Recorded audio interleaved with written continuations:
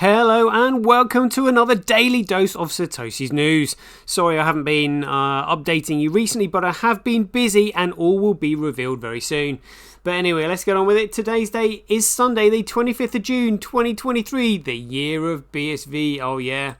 Buy BSV.live, the best place to buy Bitcoin SV online, the original protocol and genuine Bitcoin. Here we go, rock and roll. Right, let's start off with this piece. I mean, this is absolutely sensational stuff. Talking about keeping up to date, this is absolute gold. So this was an article by James Field for CoinGeek entitled "Craig Wright's Passing Off Cases Postponed Pending COPA versus Wright Outcome." Translation: this could be absolutely massive. This is pretty much as big as it gets. First of all, we had the IRA climbing case, which was absolutely massive, and the result of that will be produced in this case as well. Personally, I don't think COPA have got a leg to stand on. They will be coping much, as they say. But let's get into this article. Here we go.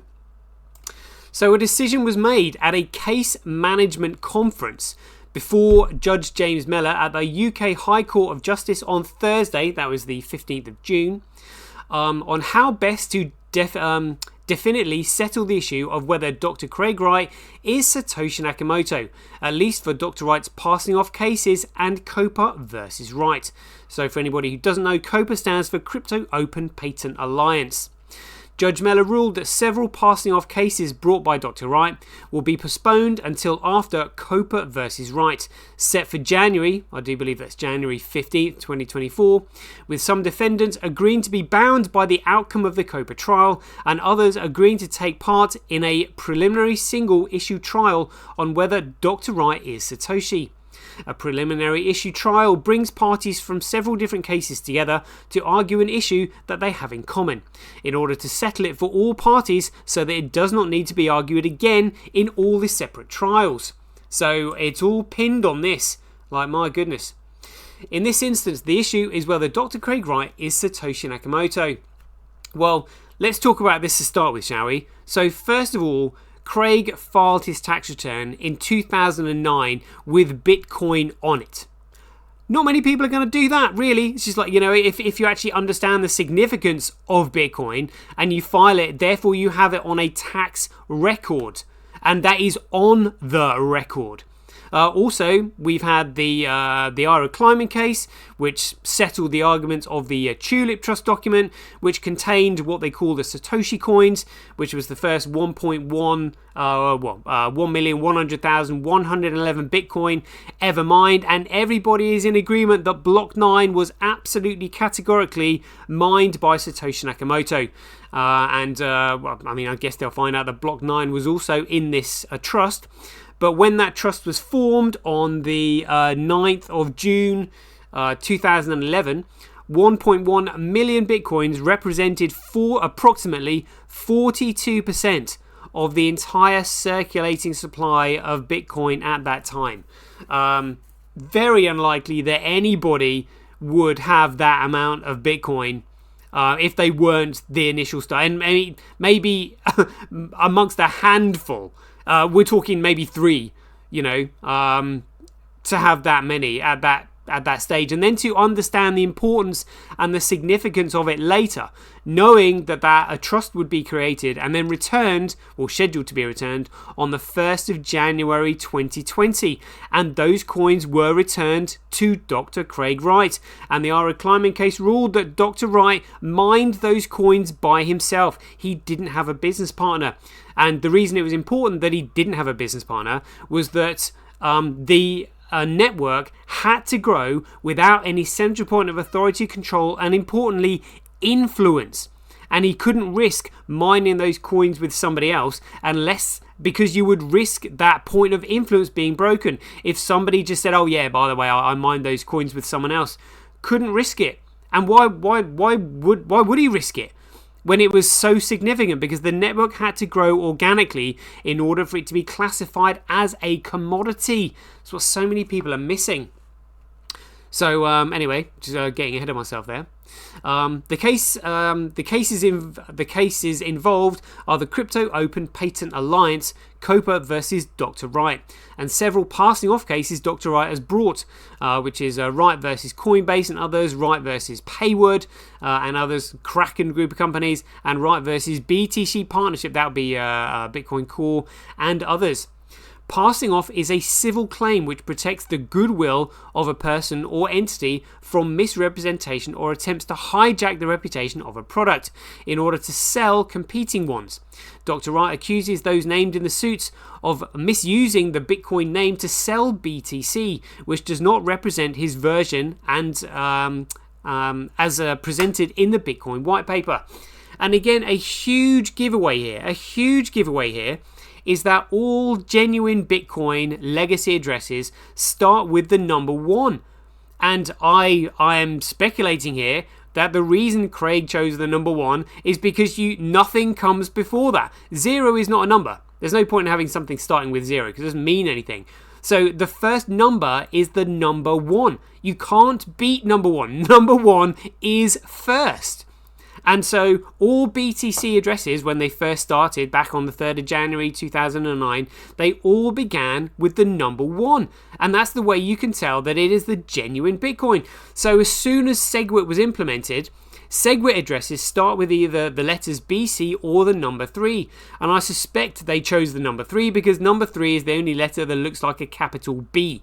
That's why I suspect they chose it. And then you look at the chain split with Bitcoin Cash, which implemented CTOR, which was I think is canonical transaction ordering, and Schnorr signatures.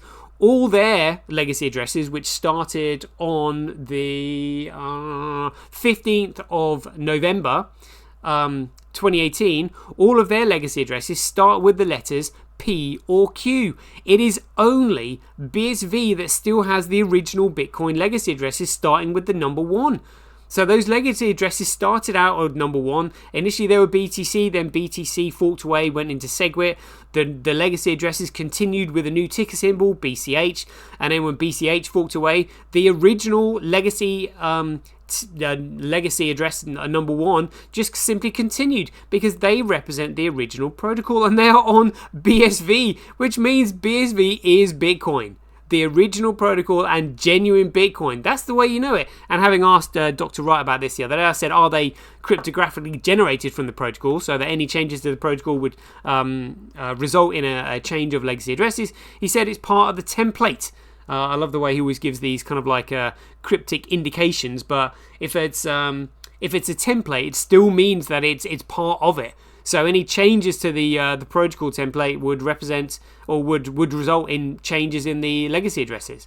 And again, those legacy addresses have to be cryptographically created because, as he said, identity is firewalled from the blockchain. There is no way to prove identity from a legacy address. No way.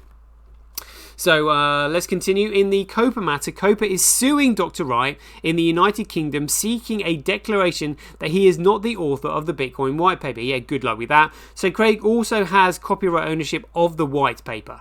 Now, we know that Craig could prove who he is at the drop of a hat, especially with all the other court cases that have come in the past. So I suspect that during this case management conference, that whoever was in there probably would have seen something.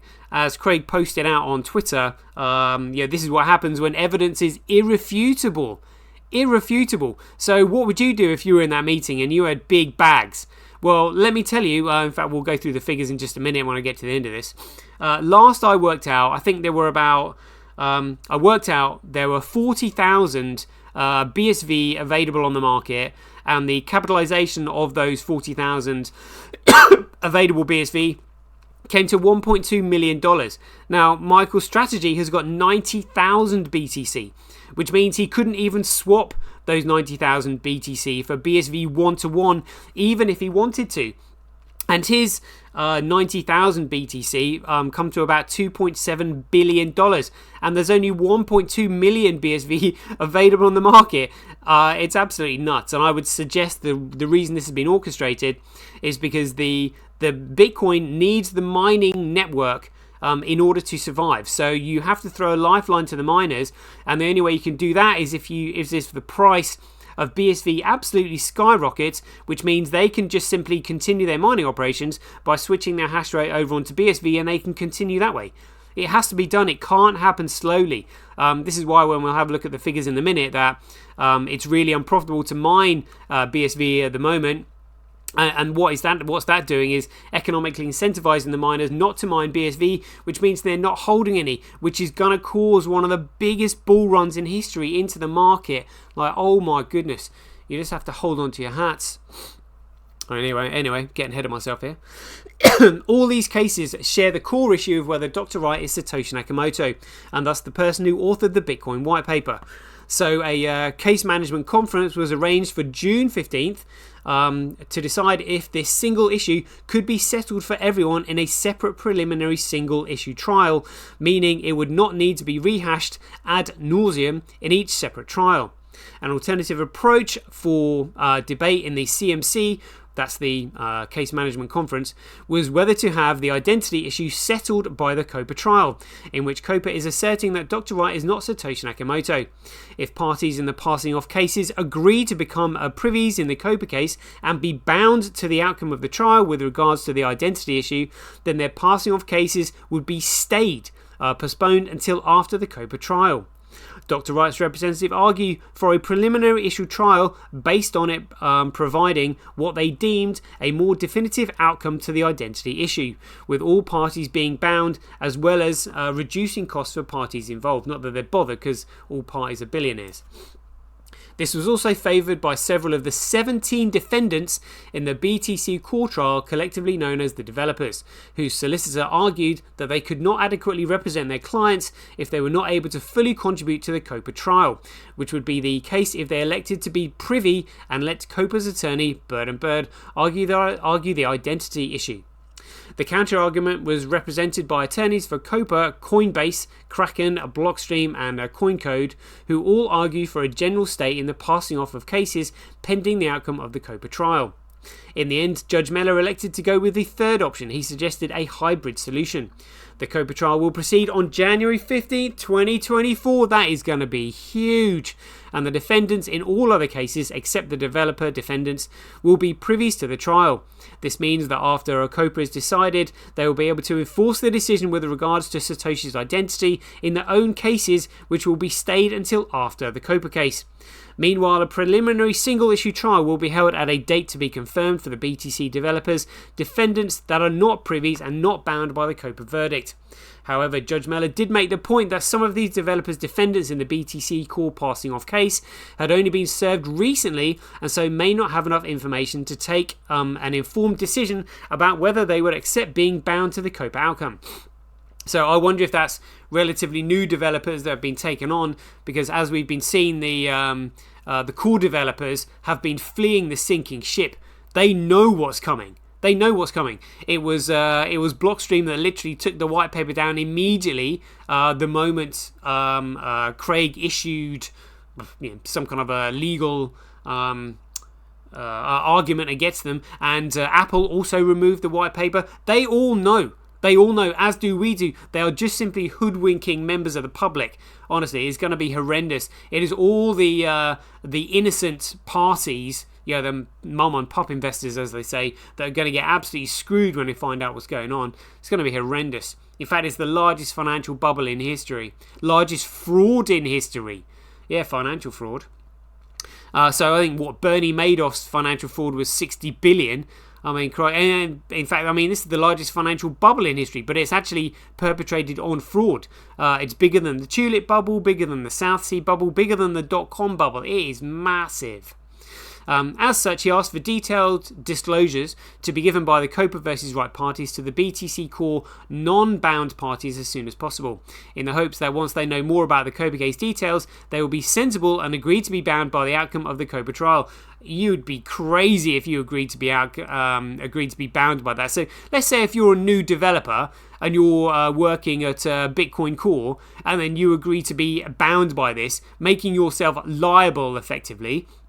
My goodness me, you could be on the hook for something. I mean, you would not want to be. I mean, it's a bit naughty that they're even letting these poor newbie developers, take account for it, because all the old ones, they're all fleeing the sinking ship, as I've said previously.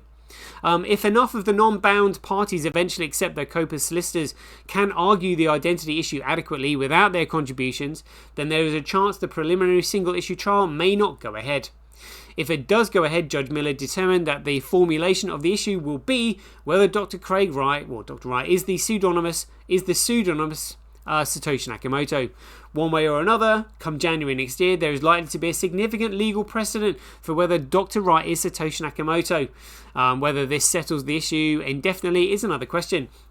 Well, this even won't be an issue if there are 1 million transactions per second on the network by the end of the year, which Craig has predicted. Now, think about this. The Visa and MasterCard networks can only handle 50,000 transactions per second. So imagine if you have a network now that is doing consistently 50,000 transactions per second, then everybody is going to start looking at the technology, because scaling is what these other blockchains cannot do. The only person who knows how to do it is the person who created it, and they created it for this very purpose. So, let alone 1 million transactions by the end of the year, the moment there is 50,000 transactions per second on the network, it is going to get global attention, in my opinion. Like, my goodness me, it's going to be huge. So, this is the Craig Wright accuses Coinbase Kraken of passing off fake Bitcoin in lawsuit worth hundreds of billions of pounds. Oh my goodness me. It is going to be huge. So anyway, let's after that, I haven't looked at the figures for a while, so let's have a quick look at this. There's been some movement in the markets recently. So we've got Coolcoin BTC gone up to $30,000, but the genuine Bitcoin just $36, the most valuable commodity on earth. Good to see the transactions back up, 96.2% of the overall market. Block size 93.2. That didn't actually really change much. So transactions with huge amounts of data going on put into the network. So relatively small blocks coming through at the moment. No gigabyte blocks there. So it looks like the transactions might have tailed off. We'll have a look at that in just a second. So, look at this. It's only 8.1% more profitable to mine on BTC as opposed to the genuine Bitcoin, but that's because neither Calvin or Craig need to cover the cost of their mining operations, because they're both billionaires anyway. Pushing the others off the chain. There we go. Transactions shot back up. Lovely. Loving that. We'll check that in now in just a minute. So this is global hash rate 7 days. Lovely look at this. Global hash rate 24 hours. Coolcoin hash rate over 24 hours. Foundry USA pool, again MasterCard and Apple. So 25 plus 31. Crikey, that is a 55% of the entire hash rate, just with 2 operations. And their argument is that it's decentralized. What a load of BS. This is hilarious. Bitcoin Cash. Honestly, Satoshi has got absolute contempt for this lot.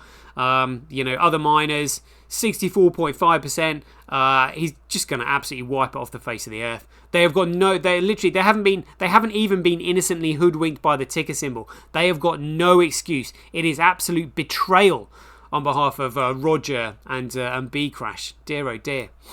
Official price cash again. What a joke. Hathor jumping on there, taking control of the mining. I think I have an idea about who's behind Hathor mining as well. Speculation again, just going to be absolutely crushed. And this is Bitcoin. I mean, look, can you believe it? Knowing what we know, and just 2 mining parties have got nearly over 90%. 90, 98, 99, 99.5, 99.3, 99.3% of the hash rate. My goodness me, can you imagine accumulating that many genuine Bitcoin when you have the knowledge that I've just exposed on this show? Just look at the legacy addresses. The number one, is on the BSV blockchain. Oh my goodness me. All right, let's have a look at transaction volume. Look at this, beautiful, back up to 73.9%. Loving that. I think that's gonna tail off though, because I've just been looking at what was generating the transactions. Good to see record IoT back on there, producing 7.7 million transactions over the last 24 hours. But it looks like it's tailed off, but it shows the network can handle it. It can handle it. Transactions sort of tailed off recently. Check this out though. So look at this. There is literally only $2.1 million worth of ask. That's sales on the entire market. And Live CoinWatch actually literally lists all the exchanges. So they'll have the metrics across the board from literally the global exchanges, even the tiniest ones. They still list absolutely all of them. But we've got a market cap of $1.2 trillion. My goodness me. And only the market cap of BSV is genuine, because all the others are securities. My goodness me. So BTC, oh, look at that. Just 1.4% trade volume. It should be around 5. That's really low. Representing 8.4 billion. That's really not many at all. Let's go back to genuine Bitcoin. Look at that, number 63. So let's see. So we're going to work this out live on air. Just stick with me. So we've got asks of 2.2 million.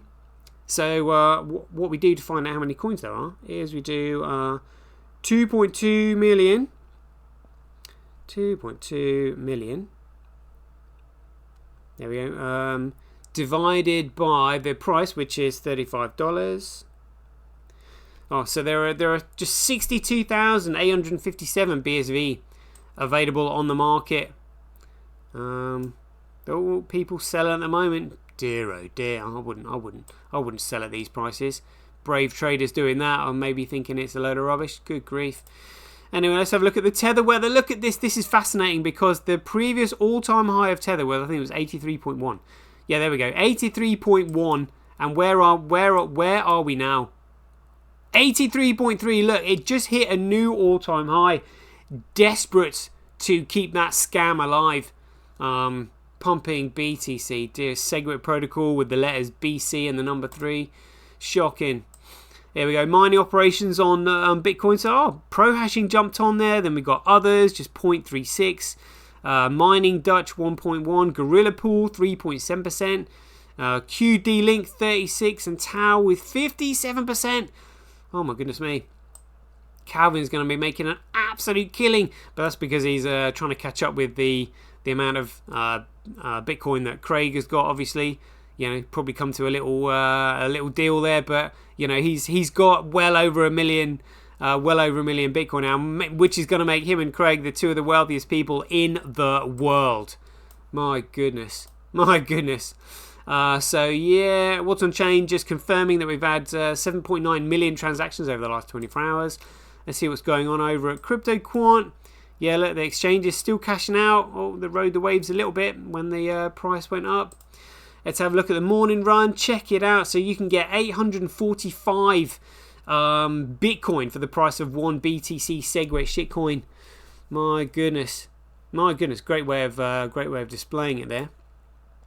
Let's have a quick look at DXS apps. So remember, dirty traders can be unsullied on DXS app. So this is BSV USD. Look at that. Oh, beautiful.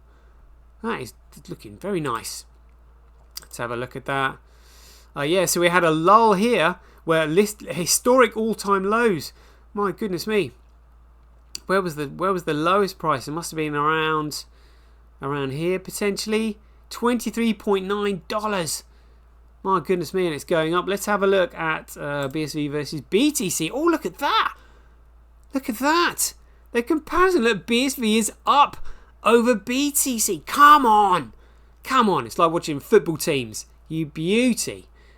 Loving that. Come on.